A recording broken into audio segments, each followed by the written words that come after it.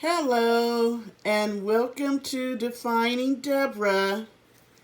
It is April 29th of 2020, and what you're viewing is a lovely picture of a waterfall. I'm not showing myself today simply because, and I keep bringing the thing on the bottom by touching it. Okay, sorry, y'all. Work with me, work with me. Um, I'm not showing myself today because I actually just got finished washing my car. And I am hot and sweaty, and I haven't jumped in the shower and did anything to myself. So, yeah, I decided to go ahead and do this because it was just heavy on my mind. And sometimes if I don't do it when I'm thinking about it, I'll get busy and then I won't do anything else. But I found this to be a relaxing picture, and I thought I would just show this while I talked, and then it wouldn't be just a blank screen. You'd be able to see something nice. Okay, so, excuse me, y'all. I decided the word COVID-19 that is one that is going to always bring about a remembrance of a bad time, of death, of loss, of pain, of hurt, of frustration, emotional stress, mental stress, financial stress. So I wanted to take the letters in the word and make them stand for something else. So I thought for the next, let's see, 1, 2, 3, 4, 5, 6, 7, next 7 days, I will take the first letter of, or the letters of COVID and the numbers 19 and do a definition of a word and discuss it. So, just in case people are confused, COVID is spelled COVID and 1919. So, today I'm going to take the letter C out of COVID. And the word that I am using is character. I find that a lot of times we use words, but we really don't know what the full definition of the word is. And maybe if it really applies to what we're talking about, or if we're using it in the right context. So I always like to ensure that people understand what I'm talking about. And so I'm going to give you the definition. Hey, I'm a teacher by nature, so bear with me. Okay, so the word character, the mental and moral distinctive to an individual. The way someone thinks, feels, and behaves, someone's personality. But what I want to talk about is not just character, but good character. So, for good character, the definition is people who are considered to have good character often have traits like this. And I really want you to listen to the traits: integrity, honesty, courage, loyalty, fortitude, and other important virtues that promote good behavior. These traits define who they are as people and highly influence the choices they make in their lives. That is a mouthful. I want to talk about it because during this time, this is a very stressful situation right now globally. People are frustrated on all fronts. There's just not one area of people's lives that is not being touched by the coronavirus, which brings up a lot of emotions. And being a therapist, working on her license, but working in the field, I know for a fact that once this settles down and we kind of get a handle on it, there's going to be a lot of residue left from the coronavirus issue globally. Now, I want to say this. Sometimes, I did the video the other day that's what's in a name, and I'm serious about that. I know who I am, very secure in who I am, and I don't have an issue with people wanting to call me out of my name or talk about me out of my character, because I do highly withhold the character traits that they were saying: integrity, honesty, courage, loyalty, and fortitude. I would not even go in the field of counseling if I could not have a good character. Because to be honest, you can have all the book knowledge, but if your patients cannot bond with you on a level, you'll never be able to assist them in their journey of being as healthy mentally, emotionally, and sometimes physically as they possibly can. So I say that in to say that I've heard people say that I'm an open book. Well, no, I'm not an open book. What I am is a person that's honest about their life, and I don't have a problem with telling you what I want to tell you, and that's most people. Most people are going to tell you what they want to tell you, and that's okay. Because it's all right for people to have secrets, because they're not ready to either discuss openly or they have not dealt with those issues themselves. Now, what I will say is that I will share what I feel pertinent to share on my YouTube page, but if someone addresses me about something and it's something that I have done, or they decide they want to do research on me and look up something, I couldn't possibly figure out what it might be, but I wouldn't have a problem discussing it. But it may not be something that I consciously think about bringing up, or something that I didn't need to talk about because my video had nothing to do with it. And I think that's okay. I think when we violate people's privacy and space, there's something wrong with us, because everybody has something. Everybody got skeletons, no matter how small or large. But everybody has to be able to deal with their skeletons in their own timing. Because you can put somebody in a bad space mentally and emotionally by outing them on something that they're not prepared to deal with. A person of good character would not do that. A person of good character would make choices in their lives that reflect who they are. I wouldn't want anybody to say that as a friend, I would be one that would expose their weaknesses to others. I wouldn't want them to ever say that just because I'm mad at you, I'm going to use our conversations publicly to hurt you.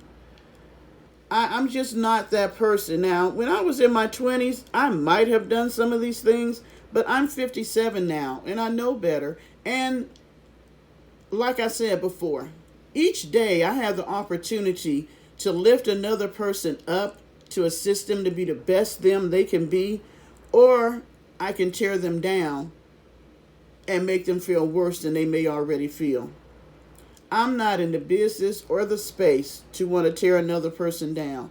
Matter of fact, I'm always wanting to celebrate your accomplishments and the things you do. Each person have gifts and talents that they might not have even tapped into yet. And I feel like my job as a friend, a counselor, significant other, sister, mother, all those things is to help you be the best you. Are there times that we may have hard conversations where I may need to do constructive criticism, or I might share my opinion that you don't agree with? Of course we will. And it is always your right to do and choose and make your choices for you. But if I love you and I'm concerned about you and I'm truly your friend, if I see that it looks like you're going astray, of course I'm going to want to step in and say something to you because I care about you, not because I want to do some harm to you. I look at the state of affairs that we're in right now, and it is saddening. Yesterday, I just literally wanted to cry, because as an African American woman, I'm looking at how my brothers and sisters are being treated. I'm looking at how a lot of them are not taking this virus seriously. As a veteran, we are dying by the droves and nobody cares. As an older person, we're dying by the droves and nobody cares. And as an African American, we're dying by the droves and nobody cares. I have never thought that I would be at a space and time in my life that I am truly ashamed of my country when it comes to leadership. And because of that, I do not want to add any more hurt or harm anybody else in this time. I really want to be of a help and a comfort. And I think that as human beings, this coronavirus is really showing what type of character you have. Are you integral? Do you have integrity? How about that? I just used that. Are you honest? Are you courageous? Are you willing to help somebody by being courageous? Or being able to do your job? A lot of people out there are being courageous by just doing their job. Are you being loyal? Are you being loyal to your family, to your friends, your neighbors, your community? And do you have the fortitude to stand during this time with all this going on and still have your character intact and come out of this, not just come out, but come out of it a better person? This is an awesome time for us to really do some introspective looking at ourselves to see what areas we could do some improvement on. We all have places that we know that we need to work on, and maybe sometimes we're so busy we don't get an opportunity to do so. But now would be a good time to journal, write down your thoughts. Maybe every day that you're having to be at home, even if you're working at home, journal how you're feeling, what's your thoughts about the coronavirus, this happening globally, your finances, your relationship, all of that. And it's one way also to relieve some stress. Exercise. Exercise is an awesome way to relieve some stress. They have lots of YouTube exercise programs, whatever you could possibly think of, they have it. And if you have a yard, if you're fortunate enough to live in a home and you have a yard, you can walk around your house, outside, you can garden. Like today, I went out and washed my car to get a little exercise, and it was a beautiful morning. There are just different things you want to do to keep you in a good headspace, as I like to say, to keep you where you can get some of that frustration off. Just like you, I am having some frustrating days. I'm having some times with the finances and having to budget a little bit more than I want to right now because I'm not working. My job disappeared once the coronavirus came. So just like you, I'm waiting for my stimulus check that I haven't gotten. I've applied for unemployment, haven't seen anything with that. But instead of being stressed about that, I am writing my representative and my senator to find out why is it that it's been almost 2 months and I hadn't, gotten anything, not even a response from unemployment. What can you do to assist me? Because, election time is coming up. Utilize your time to do some good things. Spend more time with your family. Even though if the children are getting on your nerves and they're acting like today they don't want to do their schoolwork, okay, so stop. Say, all right, we're going to stop doing schoolwork right now. We're going to do something fun. Let's go outside and kick the ball. Let's let them play a video game. Something to help them to not be so stressed. And also for you not to be stressed. Just take a break. They are doing homeschooling, so there can be other times that they can do the schoolwork. Excuse me. You want to relieve some of the stress in the house with everybody being home, because it can be overwhelming for both parents, for the children, for the baby, for the dog, for everyone in there. I say that because I want all of us to come out of this healthy, strong, and a little bit better than we went into this. I want to give a shout out to all the people who have been on the forefront, still doing their jobs. Oh my gosh. The people working at the grocery stores, the cashiers, the stockers, the truck drivers that's bringing the food, the ones that are on the door counting how many can go in. And a lot of them are young people. And yet they're still out there going to work, trying to keep it down so that I and you can have food in our house and be able to prepare meals for us and our families. I thank you. You know, a lot of times people take the cashier, as a job that's pretty menial. And I've seen people, say horrible things to cashiers. And hey, I was a cashier in the grocery business at one time. So I fully understand what they go through. And a lot of times when I see a person act really rude to a cashier, I let them know when I get to the register that I'm so sorry for that person and their behavior, but I let them know that they are very much appreciated. So while you're out buying your groceries or whatever you may be purchasing, let the person at the drive-thru know that we appreciate you. Thank you for coming to work today. Let the cashiers and the stockers and the person at the deli and wherever you may be in the grocery store, let them know that we appreciate them from coming to work. Then we have the firefighters, the police officers.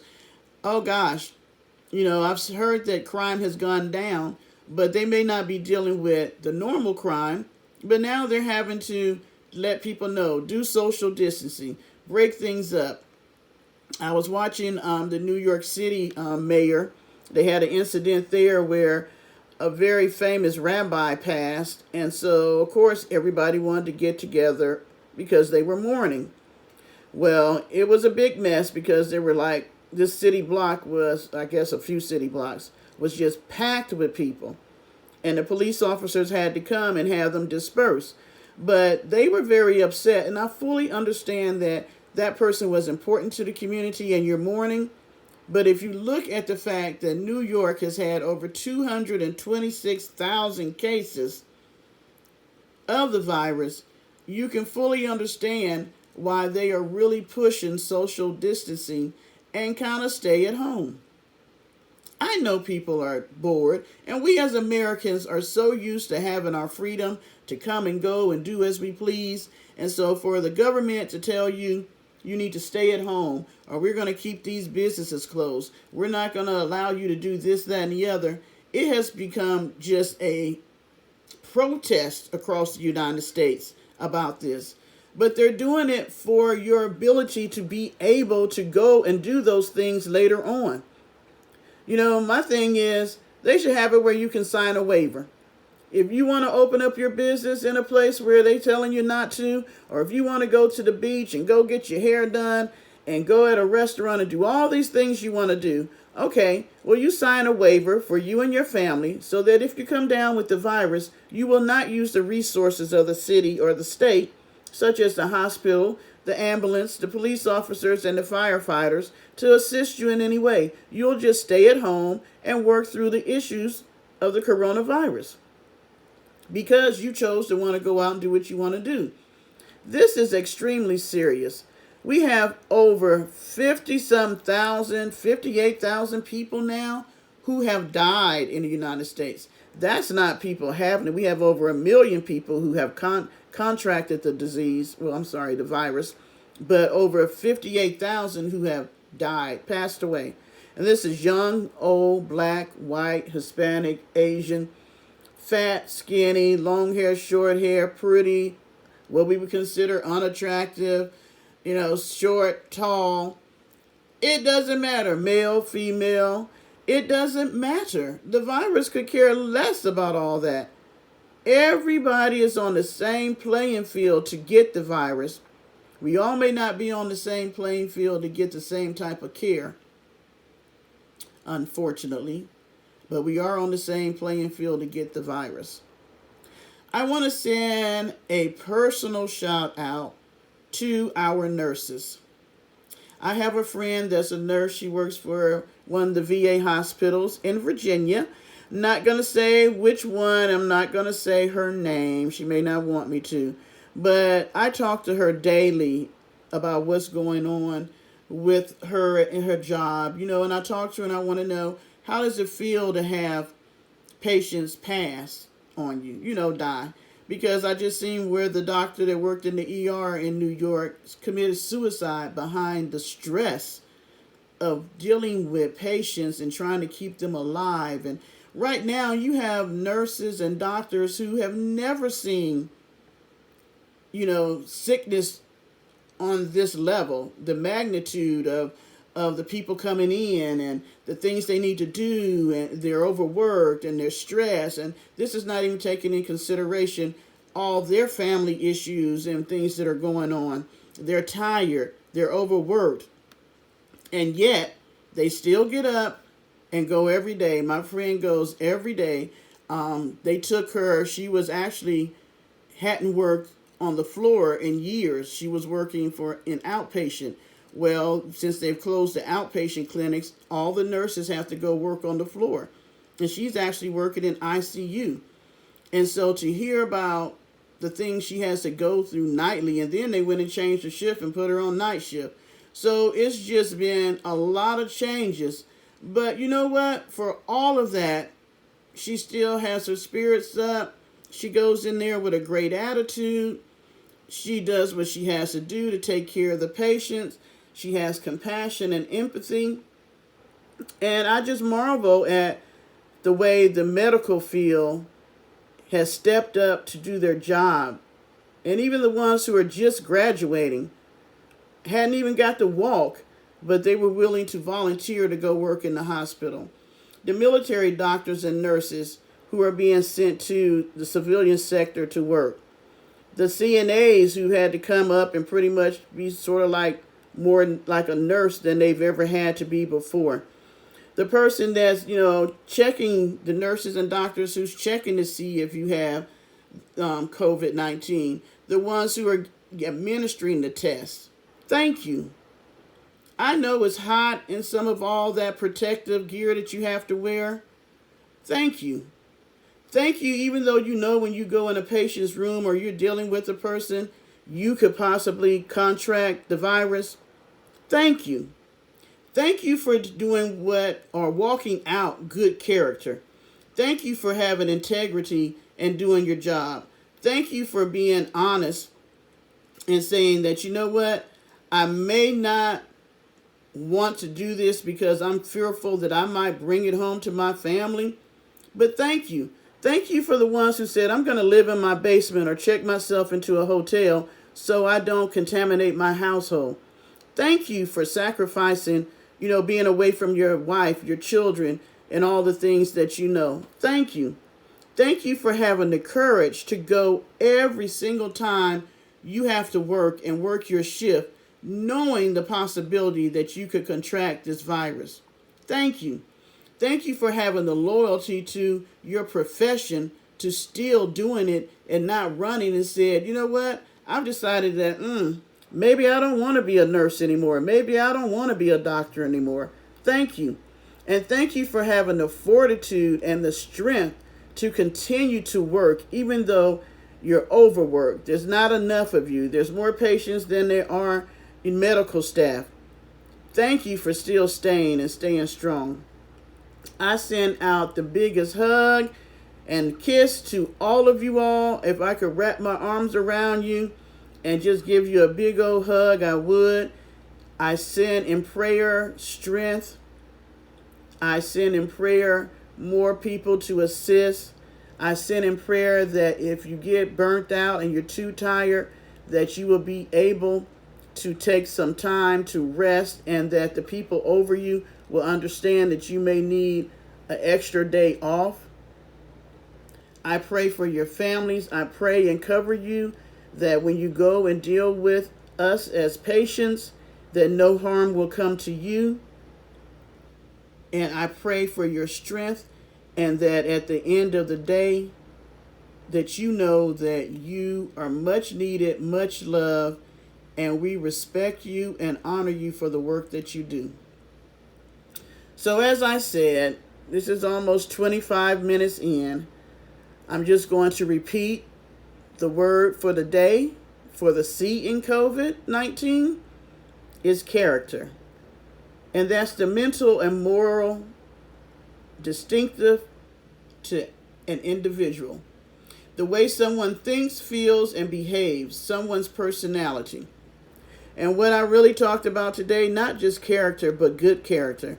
And those are people who are considered to have these particular traits: integrity, honesty, courage, loyalty, and fortitude, and other important virtues that promote good behavior. See, I pray that we all will want to have good character and promote good behavior, not just during this time, but all the time. These traits define who they are as people and highly influence the choices they make in their lives. When you have good character, you try to make the best choices, not just for you, but others.